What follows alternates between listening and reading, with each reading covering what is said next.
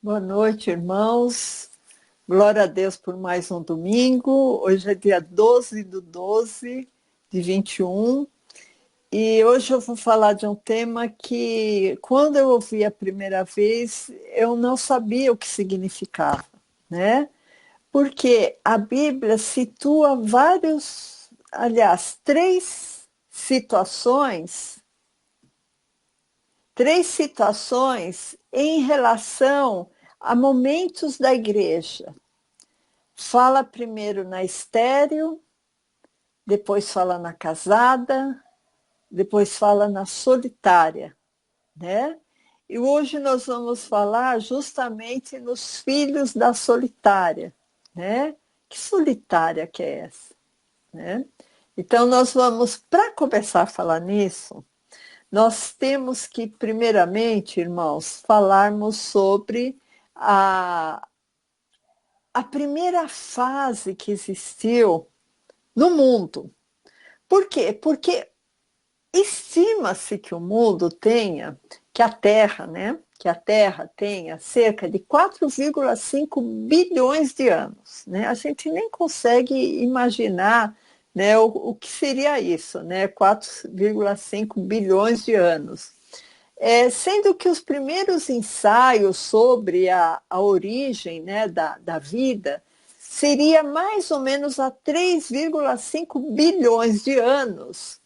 E o homem, a descoberta dos fósseis humanos mais antigos, é mais ou menos 700 mil anos. Né? Então a gente fica pensando, poxa, a gente está vivendo 2021 anos depois de Cristo, né? Parece que é tão grande isso. Mas imagina o primeiro homem vivendo há 700 mil anos, né? Uh, Existe também um que é mais conhecido de vocês, que é o homem de Neandertal, né, que viveu aproximadamente de 400 mil a 35 mil anos atrás, né? E o mais famoso, vamos dizer assim, que foi o Homo sapiens, né? Viveu aproximadamente há 300 mil anos, né? Que somos nós, né? Os Homo sapiens. Então, para a ciência, irmãos, o homem tem milhares de anos, né? E isso conflita um pouco com o livro de Gênesis, né? Porque se a gente fizer as contas, Adão viveu aproximadamente 4.200 anos antes de Cristo, né? Então, qual é o entendimento, vamos dizer, bíblico que a gente tem disso? O que acontece? No livro de Gênesis, nos 3 primeiros capítulos, né, que é basicamente a criação do homem, na verdade, quem criou o homem, Adão, foram os Elohims. Né? E Adão, ele foi um homem diferente. Ele foi realmente o primeiro homem a receber as características espirituais dos Elohims que o fabricaram, que o criaram, né? Quando a Bíblia fala assim que o Senhor Deus gerou o homem do pó da terra, né? Criou o homem do pó da terra e soprou em suas narinas o fôlego de vida. Esse fôlego de vida foi o fôlego de Jeová, ou dos seus anjos, ou dos Elohims que existiam naquela época, que transferiram a natureza espiritual que talvez aqueles outros homens abrutalhados, o Pithecanthropus erectus, o homem de Pequim, o homem de Neandertal, o Homo sapiens, eles não tinham. Adão recebeu. Então, na verdade, Adão foi o primeiro homem com a natureza espiritual que existiu, né? Se a gente pensar dessa maneira, a gente, inclusive, não vai entrar em conflito contra a ciência, porque a ciência já comprovou, irmãos, que tem fósseis humanos de 700 mil anos. E Adão viveu 4.200 anos antes de Cristo, né? Então, o que faz a gente pensar que quando a Bíblia fala que Adão foi o primeiro homem? Na verdade, ele foi o primeiro homem com a natureza espiritual que os anjos que o fizeram deram para ele através do sopro, né? Então, Juliette, oi, qualquer dia eu explico como é que a gente consegue saber a idade, tá bom? Um dia aí, se vocês quiserem, eu posso explicar, por exemplo, como é que faz para saber quando aquele fóssil viveu.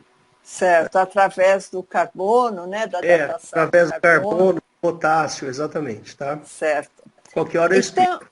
então irmãos, quando o homem pecou, né, induzido por Eva, quando o homem pecou, é, a gente percebe que os Elohims, né, não aceitaram de bom grado aquela desobediência, que na verdade Adão e Eva, eles eram pessoas totalmente inexperientes, né?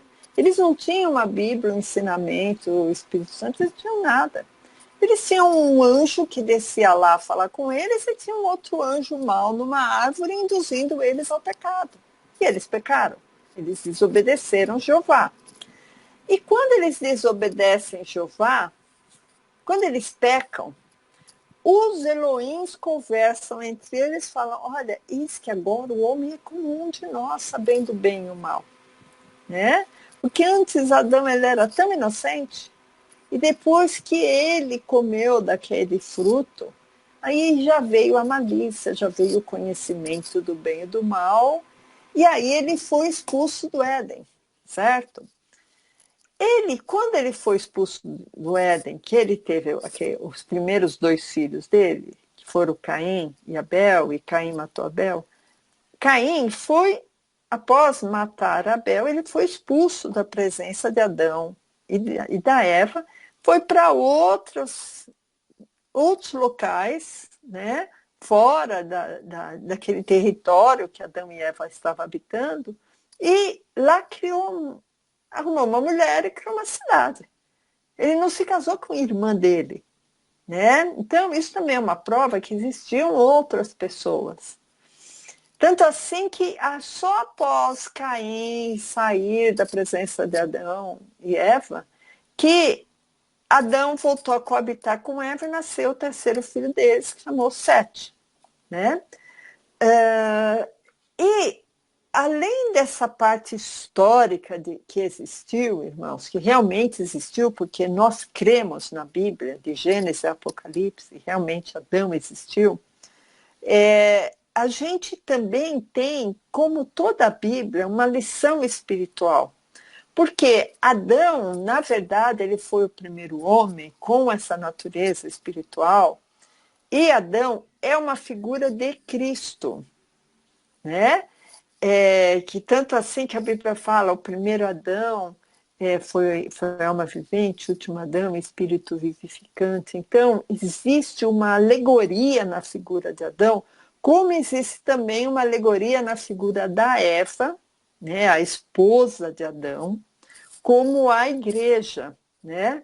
Então, em 2 Coríntios 11:2, eu queria que o pastor abrisse, só para a gente acompanhar.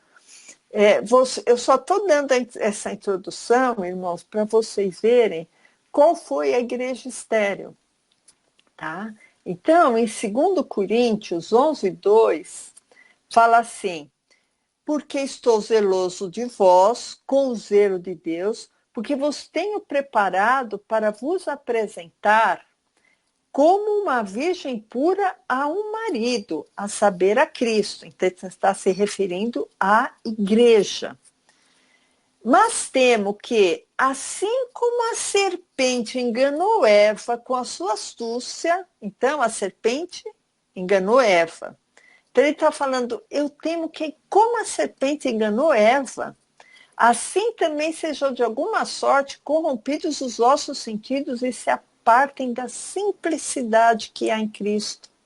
Então, irmãos, aqui a gente vê a figura espiritual e alegórica que também representou Adão e Eva, né? Adão sendo figura de Cristo e Eva sendo figura da igreja. E Paulo diz, eu temo que assim como Eva foi enganado, de alguma sorte a igreja também seja enganada e se apartem da simplicidade que há em Cristo.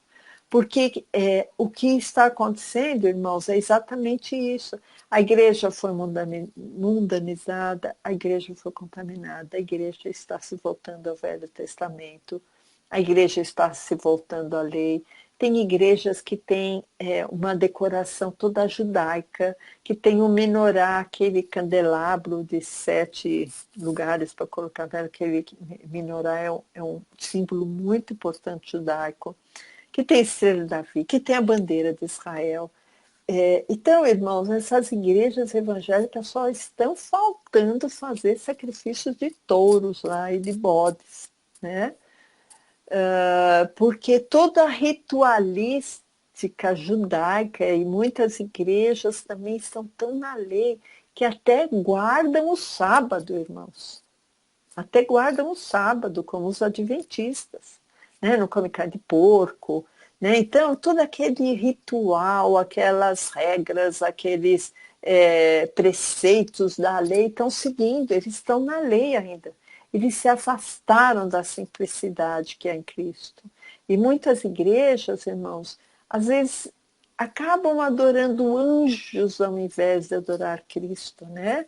Às vezes assim, não, eu tenho que ir na igreja porque um anjo vai baixar lá naquele irmão, naquele profeta, e o anjo tem que falar comigo hoje, né? Se afastaram da simplicidade que há em Cristo. Então, irmãos, então vamos assim parar. Adão e Eva, eles foram seres espirituais, mas que desobedeceram, foram expulsos do Éden e, vamos dizer, de Adão até Noé, houve uma esterilidade espiritual. A gente não ouve falar de muita gente que teve ligação com o Jeová, né? Porque o Deus que se manifestava no Velho Testamento era Jeová. E como Jeová se arrependeu de ter feito o homem, né? Deus Pai não se arrepende, mas Jeová se arrependeu de ter feito o homem, que a corrupção aumentou muito. Ele resolveu acabar com todos e só preservar uma família, que foi a família de Noé, certo?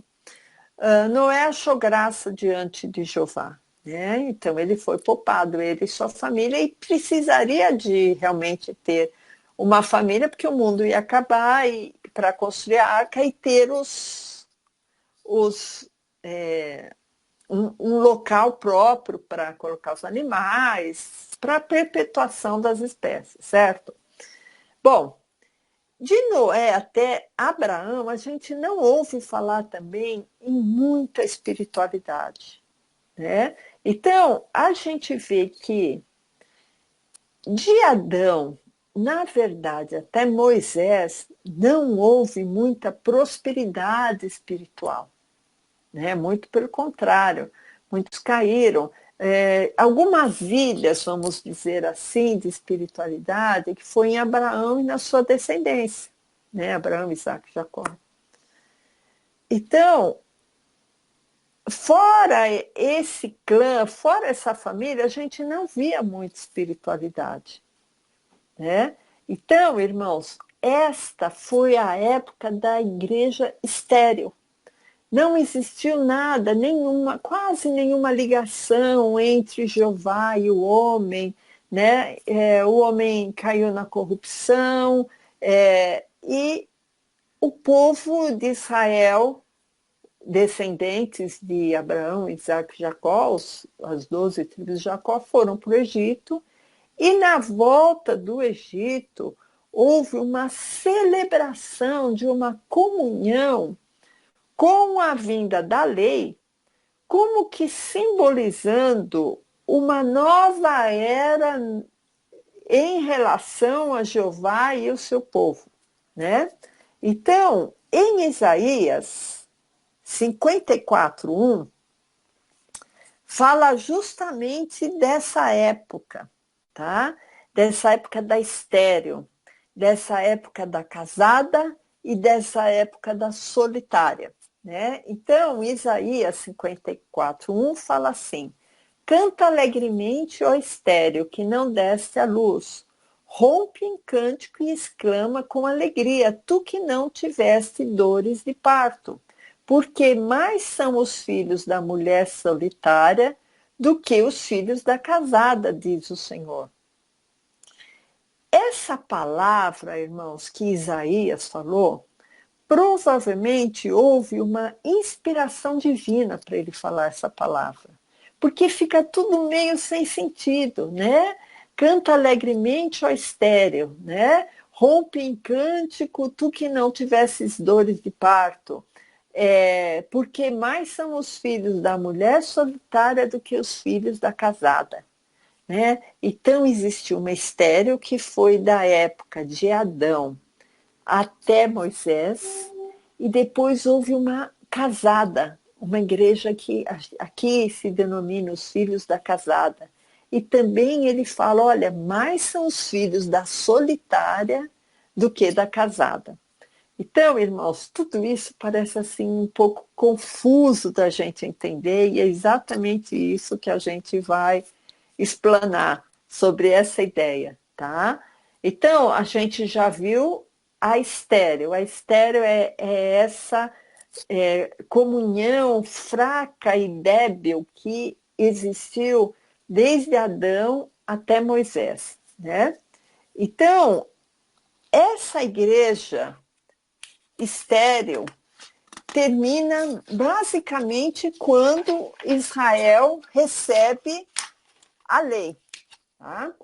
Então, Adão foi expulso do paraíso, abandonado à própria sorte, ficou sem o Deus e provavelmente sem nenhuma religião, ficou seco, sem dar à luz, sem ninguém saber exatamente o que era e quem era Jeová, e o povo escravizado ainda no Egito, né? Então, essa igreja estéril não deu fruto espiritual nenhum, né? Só que Jeová, ele tinha um plano com o povo escolhido, né? O povo escolhido, o povo judeu, certo? Esse casamento de Jeová com o povo judeu, ele ocorreu na hora que o povo recebe a lei, tá?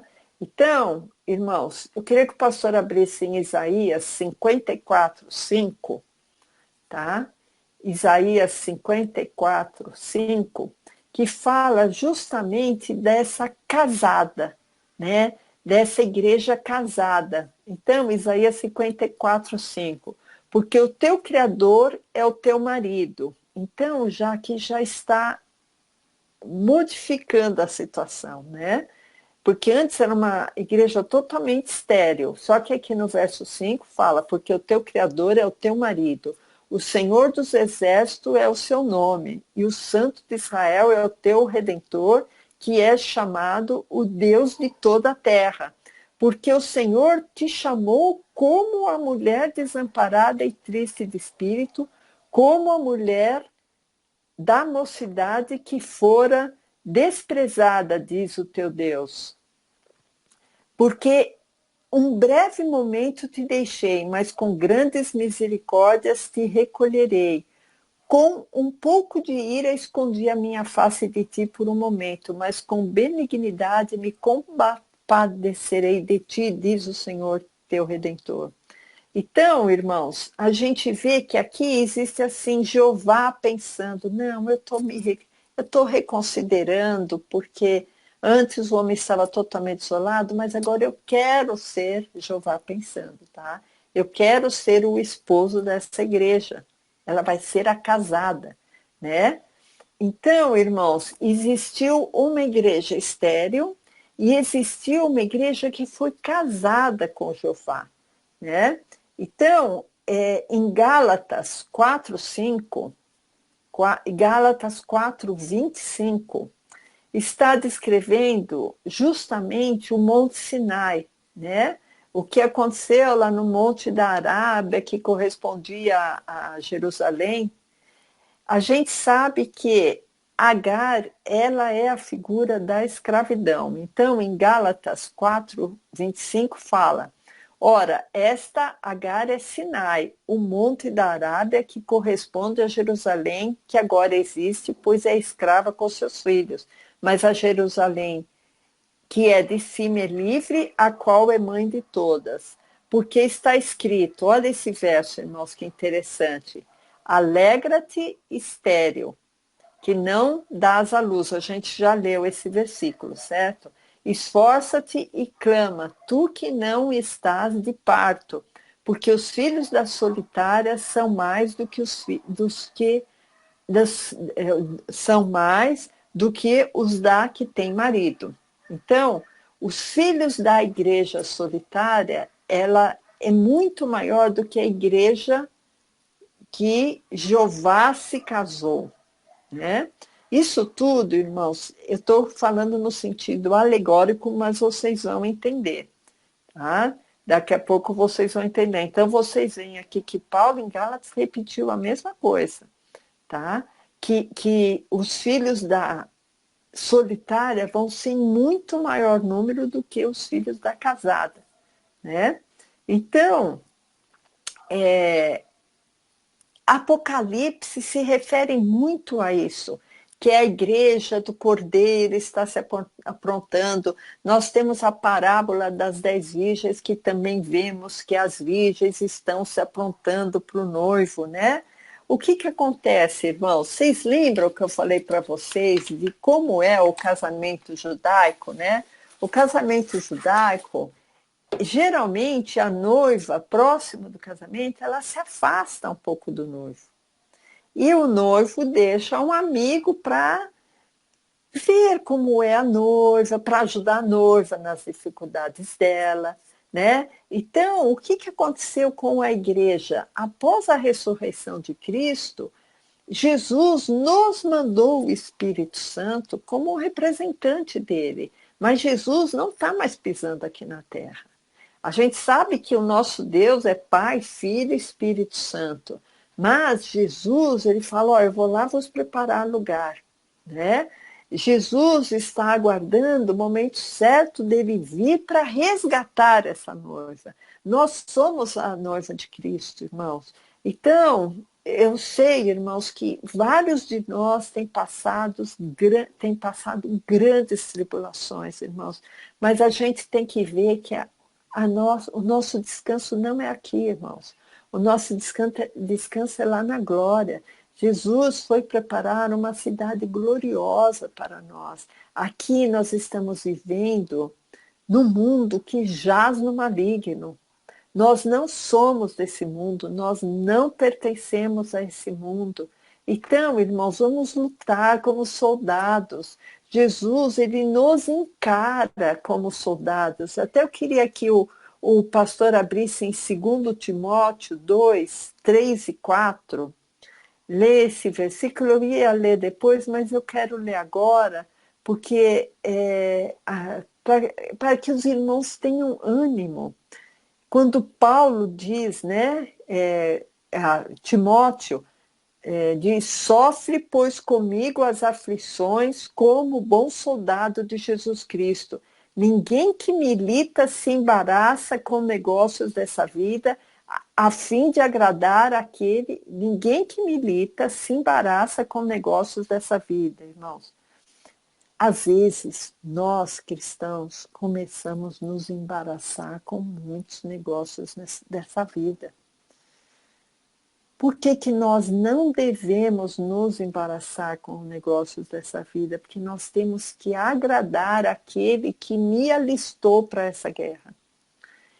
E se alguém também milita, não é coroado se não militar legitimamente.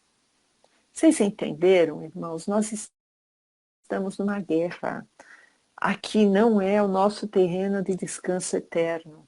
Jesus sabe que nós estamos numa guerra, por isso que ele nos dá armas espirituais para essa guerra. Mas Jesus não está aqui, ele mandou o Espírito Santo para nos fortalecer, para nos ensinar, para nos exortar. Mas, por enquanto, irmãos, essa igreja representa a igreja solitária. Mas a própria Bíblia diz que os filhos da solitária vão ser muito maior número do que os filhos da casada, que foi aquela que estava casada com Jeová, né? Em Isaías 50, verso 1, fala como foi aquele casamento daquele povo com Jeová, né? Aquele povo representava como se fosse a igreja agora.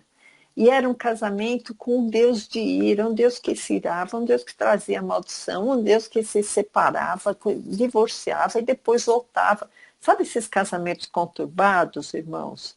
Vocês já devem ter visto esses casamentos que os dois se separam e um xinga o outro, e amaldiçoa o outro, e depois volta, e depois se separa de novo. Assim era o casamento de Jeová com Israel. Então, capítulo 50, verso 1. Assim diz o Senhor: onde está a carta de divórcio de vossa mãe, pela qual eu a repudiei? Ou quem é o meu credor, a quem eu vos tenha vendido? Eis que por vossas maldades fostes vendidos, e por vossas transgressões vossa mãe foi repudiada. Então, irmãos, que casamento conturbado, né? Em Oséias 2, queria que o pastor abrisse, também retrata exatamente essa igreja estéril, essa igreja casada. Então a gente já viu que a estéril foi de Adão até Moisés, e a casada foi quando Moisés recebeu a lei. Então aquele povo oficialmente se casou com Jeová, né? Então Oséias 2:2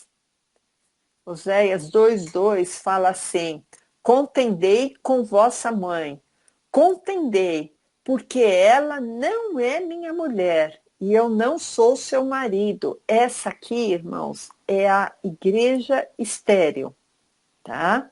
É a igreja estéril, que Jeová não era marido ainda. Para vocês, isso é em sentido figurado, alegórico, que está aqui em Oséias 2:2. Eu não sou seu marido,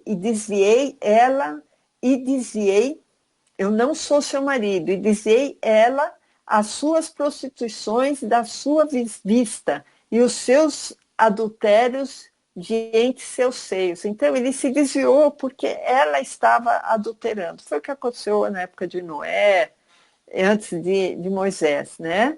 Agora, no Oséias, nesse mesmo capítulo, no verso 14, ele vai falar sobre quando ele se casou, tá?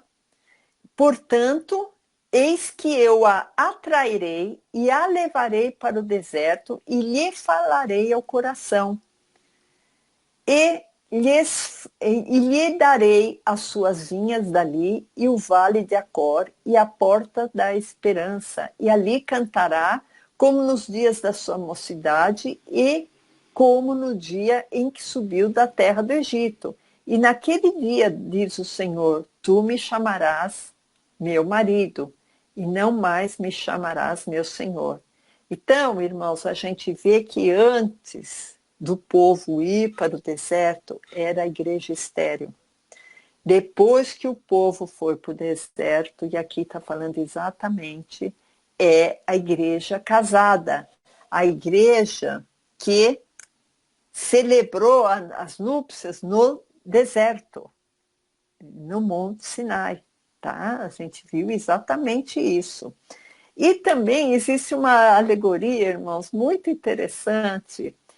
Irmãos, acho que vocês gostam de Bíblia também, né? Quando a gente vê que a Bíblia inteira é um conjunto de versículos, de capítulos que falam a mesma coisa, vão todos na mesma direção. Em Jeremias 3:5, fala exatamente a alegoria de Adão e Eva, que comeram do fruto, que pecaram debaixo daquela árvore. E em Jeremias 3:5 fala: diz mais o Senhor, nos dias do rei Josias, viste o que fez a rebelde Israel? Ela foi a todo monte alto e debaixo de toda árvore verde, e ali andou prostituindo-se. Verso 6, e eu disse, depois que fizer tudo isso, voltará para mim, mas não voltou, visto que a sua aleivosa, e viu isto a sua aleivosa irmã Judá, e vi que, por causa de tudo isso, por ter cometido adultério, a rebelde Israel a despedi e lhe dei carta de divórcio, e que a aleivosa Judá, sua irmã, não temeu, mas se foi também. Então, irmãos, aqui ele está falando, Jeremias está se referindo a situações que Israel tinha vivido na época. Mas vocês veem que Jeová deu totalmente as costas para aquele povo descendente de Adão e Eva, né? Porque ele foi rebelde e Jeová deu as costas. É a igreja estéril, né? E a igreja casada foi aquela que foi casada com Jeová, mas ele se divorciava e mandava maldição, e depois casava de novo, e depois perdoava, e depois voltava. Era aquele casamento conturbado, que todo mundo tem algum na família, certo? Tem alguém na família com esses casamentos conturbados. Foi o casamento de Jeová com o povo de Israel, irmãos. Agora, irmãos, vamos falar da igreja solitária. A igreja, na verdade, ela nasceu no livro de Atos 2, que está bem descrito a igreja, né, que são os Atos dos Apóstolos, né, porque Mateus, Marcos, Lucas e João fala mais da história de Jesus, né, do nascimento, das pregações, dos milagres, dos ensinamentos, da crucificação, da ressurreição. E aí vem o livro de Atos dos Apóstolos, e aí está focado mais no nascimento da igreja. Então, só para a gente ilustrar, em Atos 2, 46, fala justamente dessa igreja nascendo. E essa igreja, irmãos, é a igreja solitária, é a igreja que não tem o marido, é a igreja que vai se preparar para o marido, né?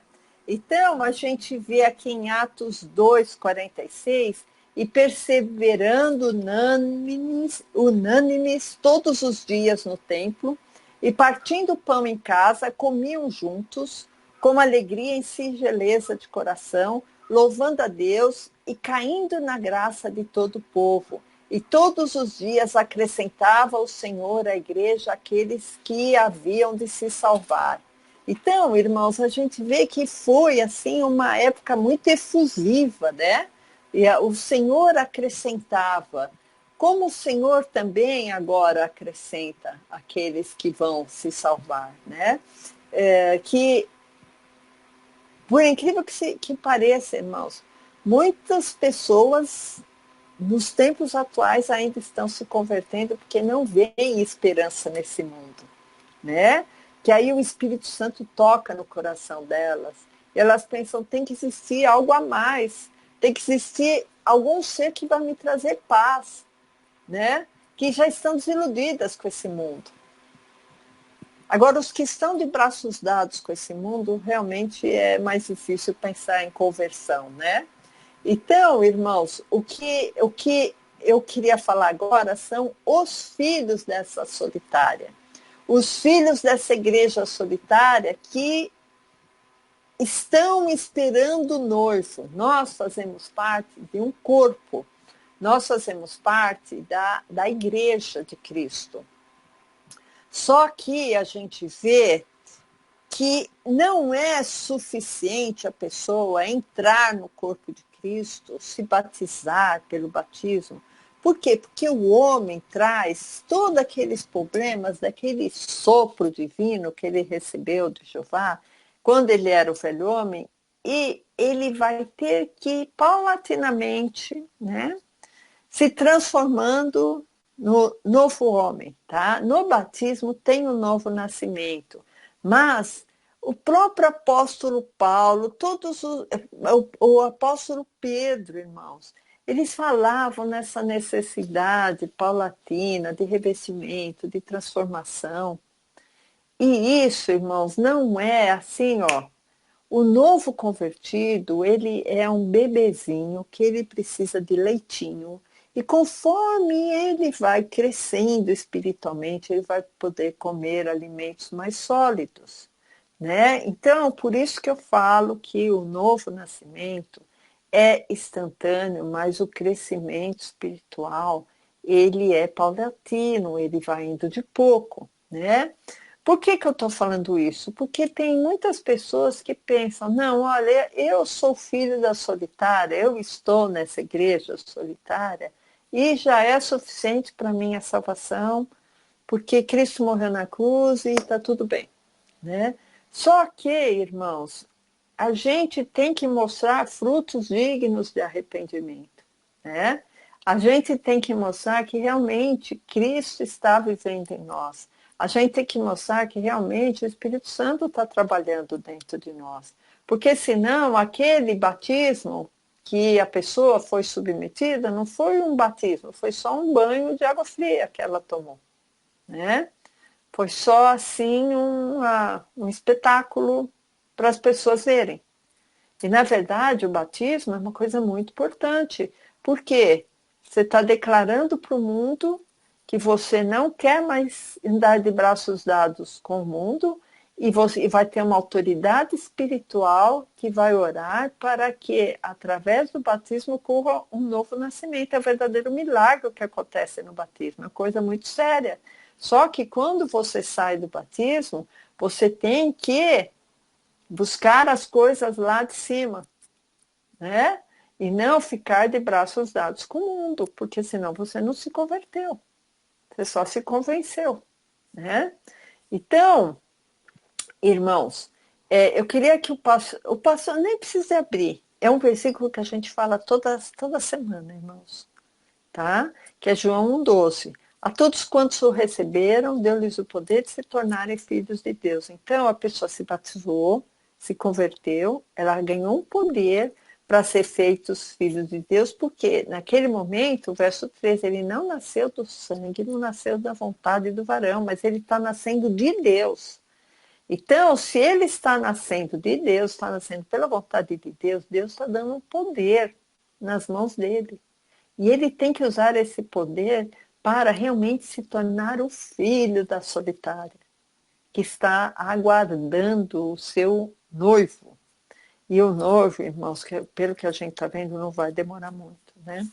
Porque o anticristo está às portas, né? Então, Romanos 8,5 também não precisa de abrir, pastor, que é um versículo muito conhecido, que fala assim, porque os que são segundo a carne inclinam-se para as coisas da carne. Então, irmãos, a gente não tem que se inclinar para as coisas da carne, porque a gente recebeu um novo nascimento. Por isso que, quando a gente leu em 2 Timóteo 2, 3 e 4, fala assim, olha, a gente está numa milícia, a gente está numa guerra, a gente está numa briga. A gente não pode esmorecer, irmãos. A gente recebe as armas espirituais para nós podermos vencer esses ataques de Satanás em nossa vida, né? Então, irmãos, não esperem vida boa, não esperem descanso aqui, tá? Não esperem mar tranquilo. Muito pelo contrário, irmãos. A gente tem que estar preparado para o tranco, porque trancos virão. Tá? E a vida não é fácil para ninguém, irmãos. Às vezes pensa, não, olha, o pastor Hélio não tem nenhum problema. A irmã Eliette não tem nenhum problema. Por isso que eles estão sempre lá prontos, por isso que eles estão sempre falando de Jesus, né? Agora, nossa, se ele soubesse o problema que eu tenho, irmão, você não pode subestimar o problema de ninguém, porque você não está vivendo a pele de ninguém. Por isso que a gente tem que sempre encarar o bicho de frente, sabendo que Jesus está na nossa retaguarda, que o Espírito Santo está nos fortalecendo, irmãos. Amém? Eu queria também falar que o ser filho da solitária, estar numa igreja não é suficiente, tá? Temos que nos desvencilhar do pecado, irmãos, da maldade, da falta de perdão, da intriga, da ingratidão.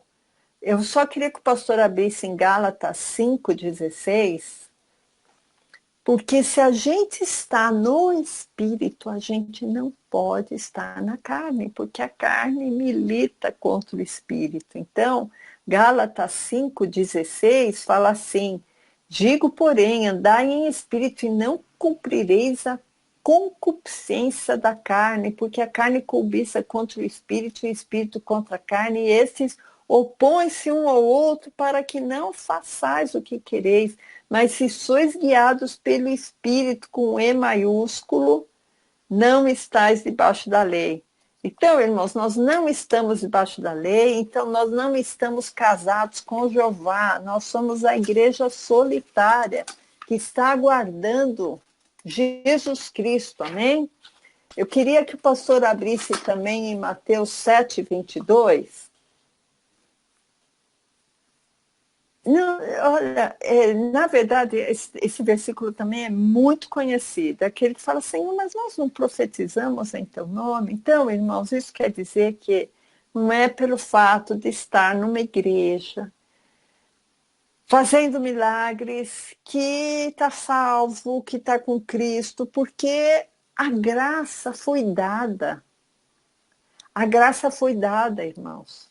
Então, muitos vão curar, muitos vão profetizar, mas o que separa é a iniquidade, né?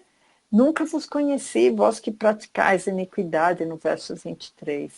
Então, irmãos, isso é uma coisa muito séria. Às vezes a pessoa se acomoda muito, ela sabe que ela tem um pecado e fica acalentando, né, aquele pecado, aquela prostituição, aquela pornografia, aquele sentimento maldoso.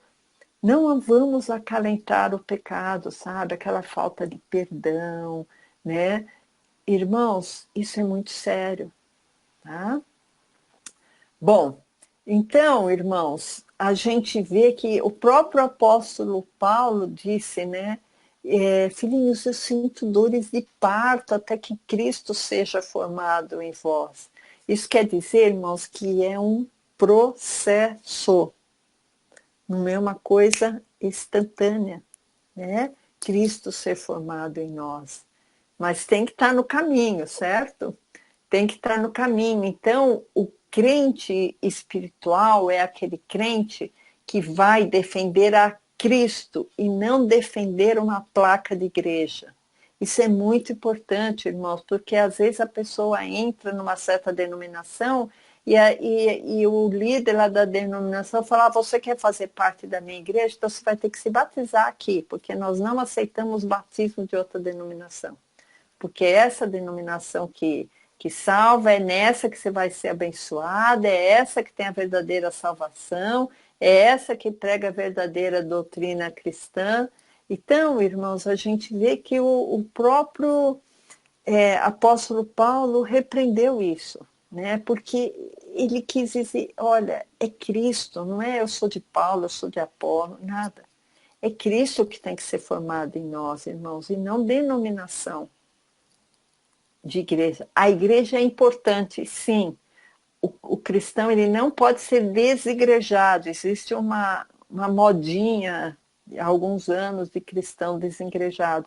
Temos que ter uma autoridade espiritual, um pastor. Isso é previsto na Bíblia, os pastores, os presbíteros, os diáconos. Existe uma estrutura e cada um vai ser um membro. Um vai ser o olho, outro vai ser o ouvido, outro vai ser o cabelo, outro vai ser o estômago, outro vai ser o fígado, outro vai ser o braço, outro vai ser a perna. Fazemos parte de um corpo. Então, irmãos, não existe cristão.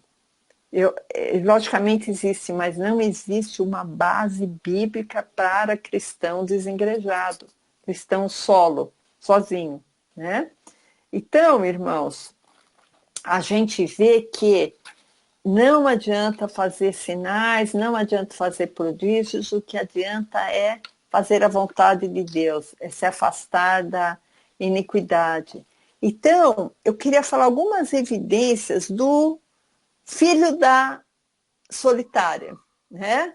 Aquela solitária que gerou vários filhos, né? O filho da solitária, irmãos, ele não é atraído pelas coisas do mundo e ele não fica pensando o tempo todo nas coisas da rotina do mundo, né? Ele pensa muito em Deus e como agradar o seu Senhor, né? Então, irmãos, a gente tem que orar muito por isso, porque o mundo nos absorve demais para que a nossa preocupação esteja toda nos nossos problemas rotineiros. E a gente esquece de pensar em Jesus, em autor e consumador da nossa fé, né? E a gente acaba gastando muita energia com o nosso dia a dia, né? Temos que ter um coração grato a Deus, irmãos. Tem muito cristão que reclama, reclama, reclama, reclama, reclama. Cadê a gratidão? Né? Tudo não presta, tudo não serve, tudo tá ruim. Irmãos, temos que ter um coração grato a Deus. Né? Isso é muito importante. Outra coisa que eu já falei, não defender denominações, defender a Cristo. Outra coisa, tem que existir no nosso coração, irmãos, uma disposição full time, o tempo todo, de evangelizar as pessoas, né? Isso aí é uma coisa muito importante. Vem alguém se queixando, ore com ela, pregue Jesus para ela, né? Amar, outra coisa, irmãos, amar o próximo incondicionalmente, independente do comportamento dele, como Cristo nos amou também. Abençoar, orar por ele, né? Outra coisa, irmãos, importante, que está em Hebreus 5,13, se o pastor quiser abrir, a gente, irmãos, temos a gente, enquanto cristão, irmãos, não podemos permanecer nossa vida inteira no leitinho. A gente tem que começar a comer arroz e feijão, né? Porque qualquer que ainda se alimenta de leite não está experimentado na palavra da justiça, porque é menino. E quanto tempo, irmãos, a gente vai ficar na meninice, né? Mas o mantimento sólido é para os perfeitos, os quais, em razão do costume, têm seus sentidos exercitados. Temos que nos exercitar, irmãos, para sair do leitinho, né? Então, isso é muito importante. E outra coisa, assim, uma evidência muito grande, irmãos, que a gente é filho dessa solitária que está aguardando o noivo, está em 1 João 3,13, que é uma evidência muito grande que você está no caminho. Eu queria que o pastor abrisse 1 João 3,13 para a gente ler, que o irmão vai saber se está no caminho ou não. Meus irmãos, não vos maravilheis se o mundo vos odeia.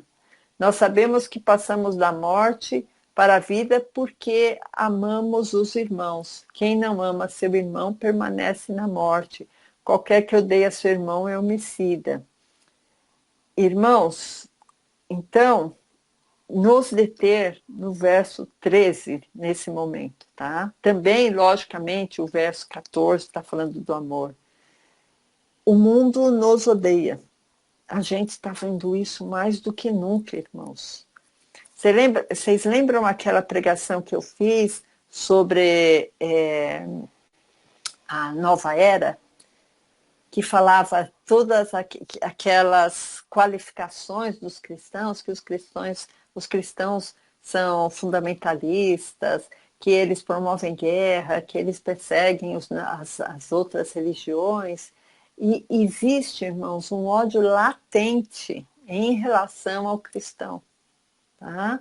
Então, não se entristeça quando você perceber que o mundo está te odiando. Você está no caminho certinho. Tá?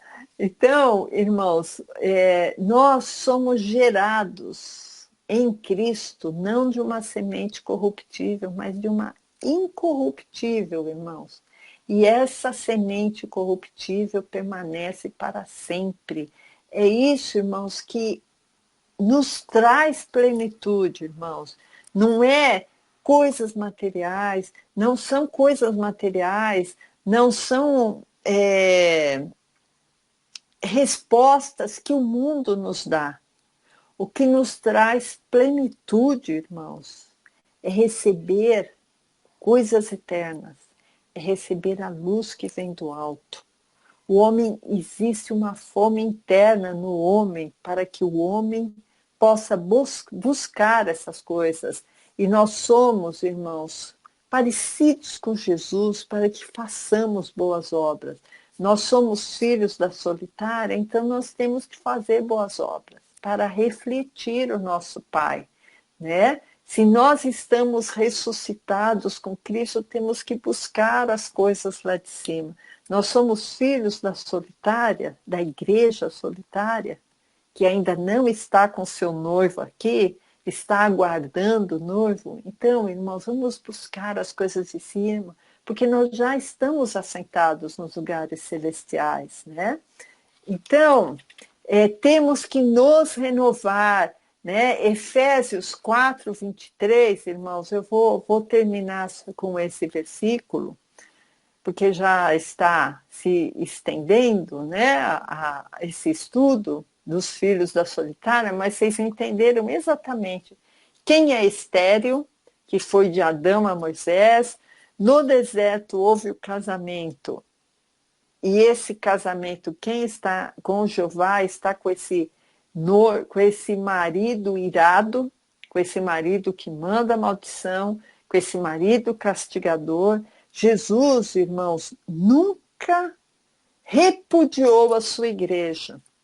Apesar da sua igreja, muitas vezes, pisar na bola e talvez até precisar de receber alguma reprimenda, mas Jesus é amor, irmãos. A única coisa é que a nossa vida é fugaz. Vai ter um momento que nós vamos deixar esse mundo, né? E será que nós estamos preparados, né? Será que nós estamos demonstrando que realmente somos convertidos a Cristo, né? Então, Efésios 4, 23, e vos renoveis no espírito da vossa mente, e vos revistais do novo homem que, segundo Deus, é criado em verdadeira justiça e santidade. Por isso, deixai a mentira. Como é fácil mentir, irmãos. E falai a verdade, cada um ao seu próximo, porque somos membros uns dos outros. Irai-vos e não pequeis. Né? Então aqui está falando, ó, você pode até ficar com raiva, mas não deixe o sol se pôr sobre a vossa ira, porque senão você vai dar lugar ao diabo. Aquele que furtava, irmãos, não furte mais. Se der o troco errado, você viu, você está furtando. A caixa não... Você vai no supermercado, eu gosto de dar esse exemplo porque é muito fácil. Ela passou uma coisa, ela não viu. Né? Fala, não, olha, você não cobrou esse. Né?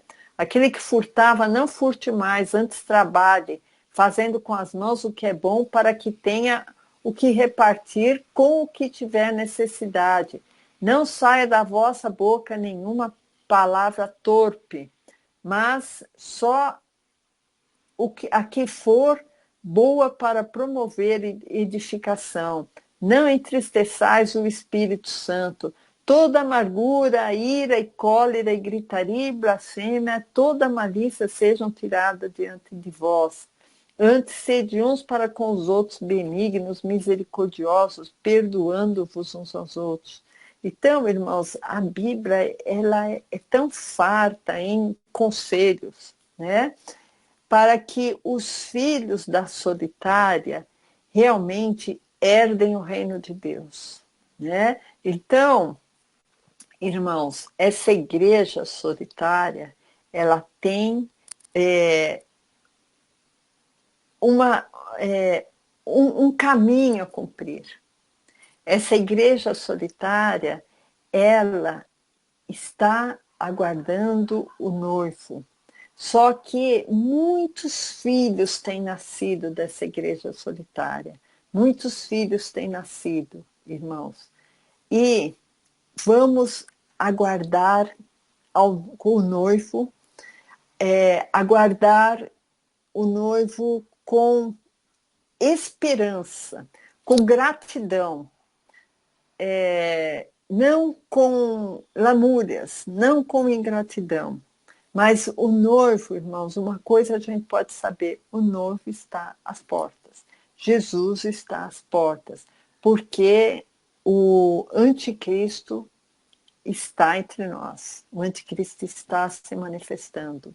Então, glória a Deus, irmãos, pela palavra. Glória a Deus. Vocês desculpem, às vezes eu não sei me manifestar muito bem, mas eu acho que deu para entender o recado, né? Tá bom, irmãos? Deus abençoe.